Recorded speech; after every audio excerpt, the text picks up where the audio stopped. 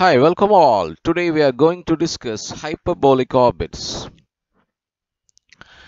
In order to use the orbit equation, we must be able to express the orbit in terms of experimentally accessible parameters. For example, if the orbit is unbound, we might know the energy and the initial trajectory. അതായത്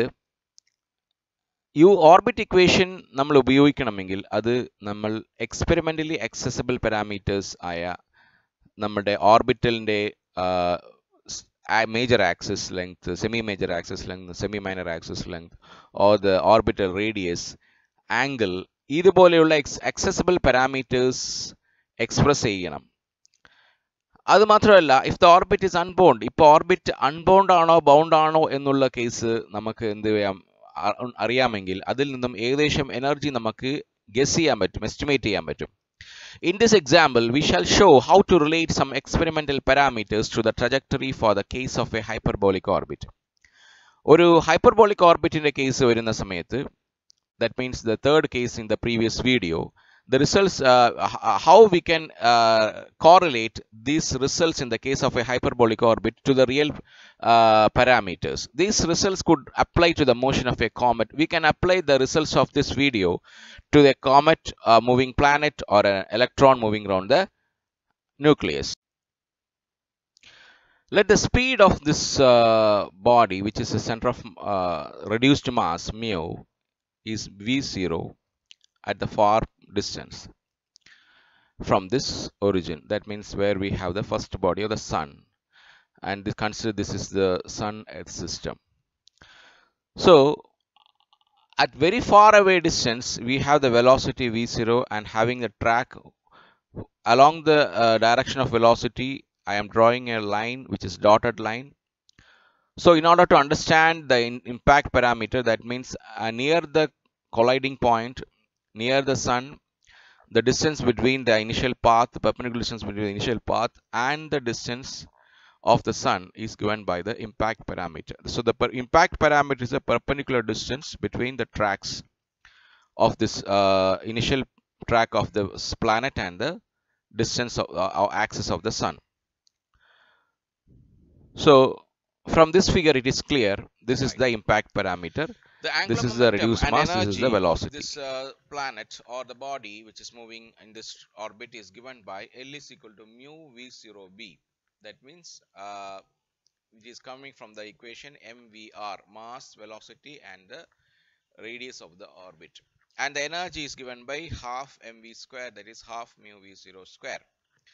For an inverse square law, it is potential energy is minus gmm by r. Therefore, we are putting for c is equal to minus gmm. So the potential energy u is equal to minus c by r, and the equation of the orbit is r is equal to r0 by 1 minus epsilon cos theta, and where r0 is given already found from the previous videos. R0 is L square by mu c, that is L is given by mu v0 b, mu square v0 square b square by c, that is mu cancels out, and mu v0 square b by c, that is putting the value of E from the equation of kinetic energy, that is half mu v0. So mu v0 square is 2e, so 2eb square by c, and the value of epsilon is already found from the previous videos, is root of 1 plus 2 e L square by mu c square. Again putting the value of mu,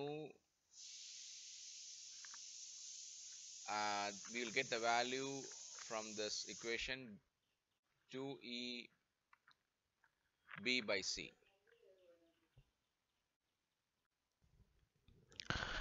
So the eccentricity is given by the expression epsilon is equal to root of 1 plus 2 eb by c the whole square. Next slide. So you can see the general figure showing the general track of a particle moving in a central force. And in this case, the angle theta, that is from the origin to the particular instant, the radius vector of the particle at an instant, and the angle between the x-axis and this position vector is theta. So So when the angle is theta is pi, that means when this particle reaches this point, then theta becomes pi. R becomes R minimum. That is the minimum distance, because suppose if this is an ellipse, or unless it is a circle, for all the other cases the minimum distance is obtained at theta is equal to pi, because cos pi is minus 1. So accordingly it will become 1 plus pi. The denominator will become maximum, and the answer will become R min will become minimum. So we can see from this figure also, when theta becomes pi, R becomes minimum, that is R minimum. Accordingly, you substitute the value of R0 and epsilon in this expression, it will become, putting the value of R0, 2EB square by C, 1 plus root of epsilon values 1 plus 2EB by C square, the whole square. For E tends to infinity, R min tends to B, hence 0, and R min should be between B and 0. So that means when the energy of the particle tends to infinity, that means you can see here the denominator, in the denominator it tends to infinity. So this R min tends to B, that means the value of R min will become B from this expression. So the energy value can become the minimum limit and infinity. Therefore, the limit of R will become 0 and B. Next, the angle of the asymptotes theta alpha can be found from the orbit equation by letting R tends to infinity. And this is R tends to infinity. Actually, this is R tends to infinity. So this after mathematical calculations, we found the angle of asymptotes to be theta alpha is equal to 1 by epsilon.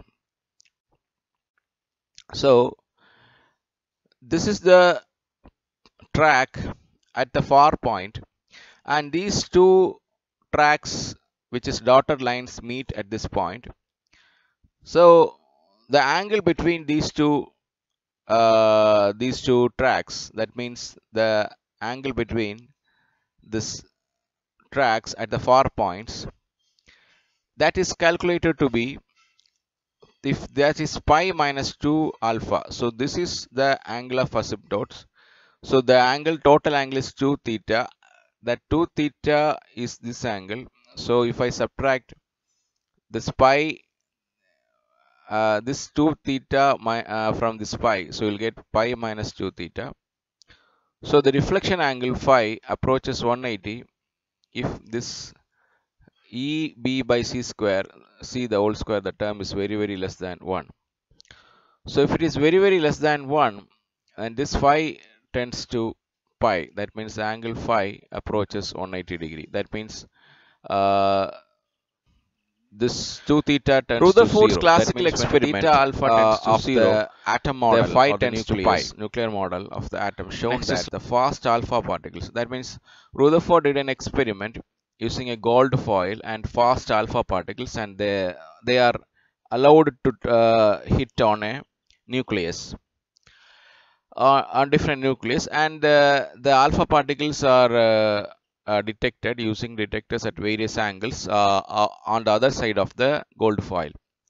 And from that experiment is called the famous Rutherford's classical experiment, and that established that the nuclear model of the atom showed that the fast alpha particles, doubly charged helium nuclei, that is alpha particle is nothing but the 2 He2 plus, that means 2 protons and 2 neutrons, interact with the single atoms in thin gold foils according to the Coulomb's potential minus C by R. And he found that the alpha particles followed hyperbolic orbits even when R min was much less than the radius of the atom. So it proves that the charge of an atom must be concentrated in a small volume of the nucleus. Surprisingly, Rutherford was unable to determine whether the gold nuclei attracted or repelled the alpha particles. So the eccentricity, hence the scattering angle, depends on 2EB by C square, and making it impossible to determine the algebraic sign of the strength parameter C dash. See here,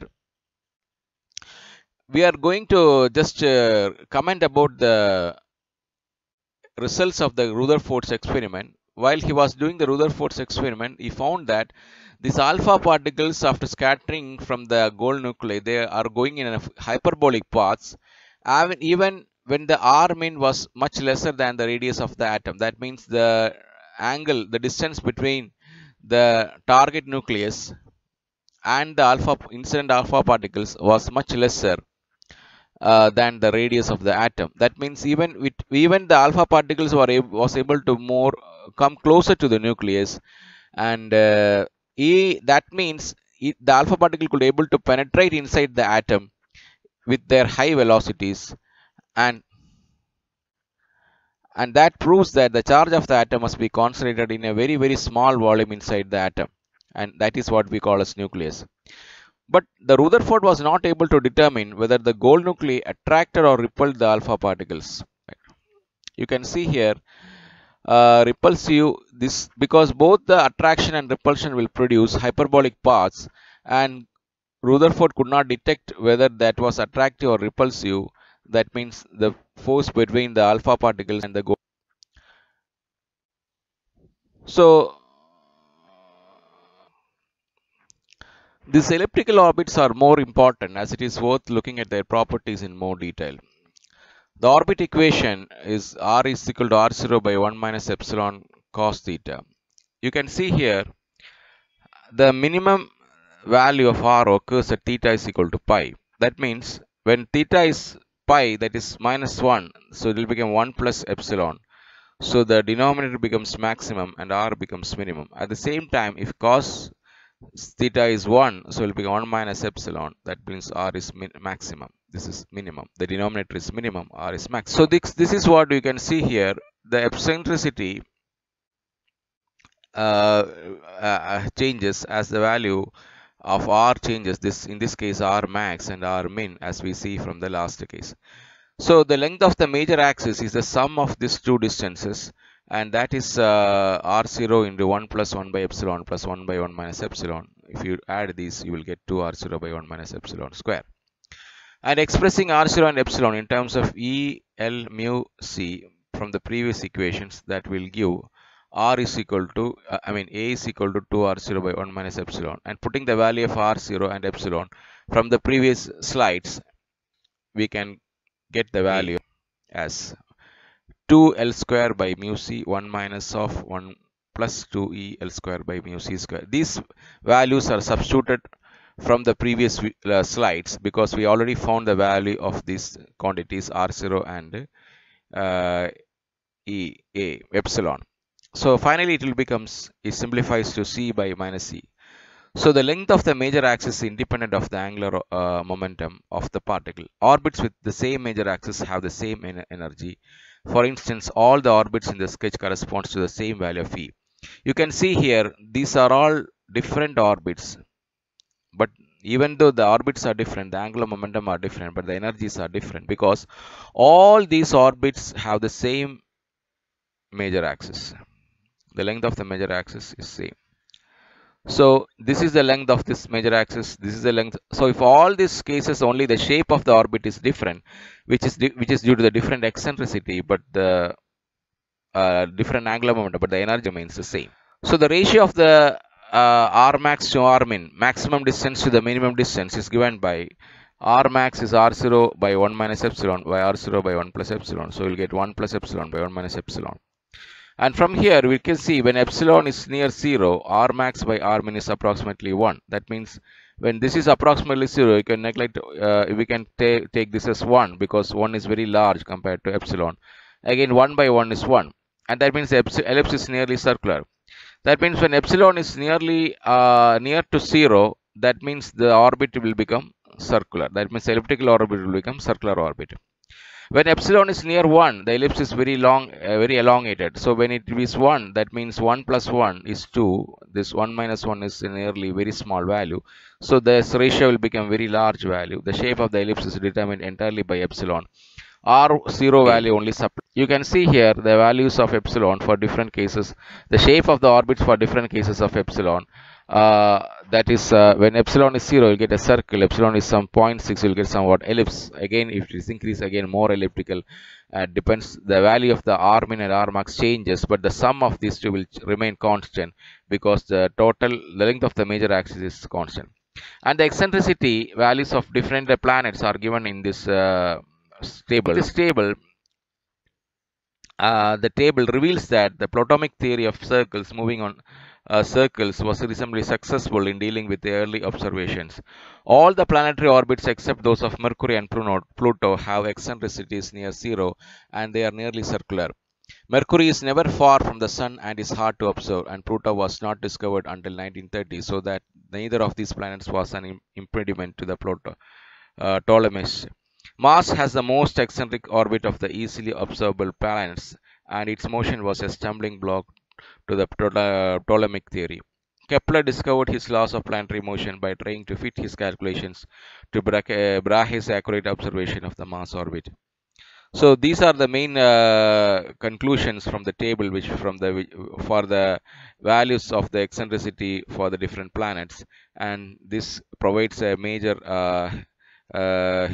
results. This is a major, what I say, we can say this is a major setback to the history of physics in the theory of. Come to the end of this video.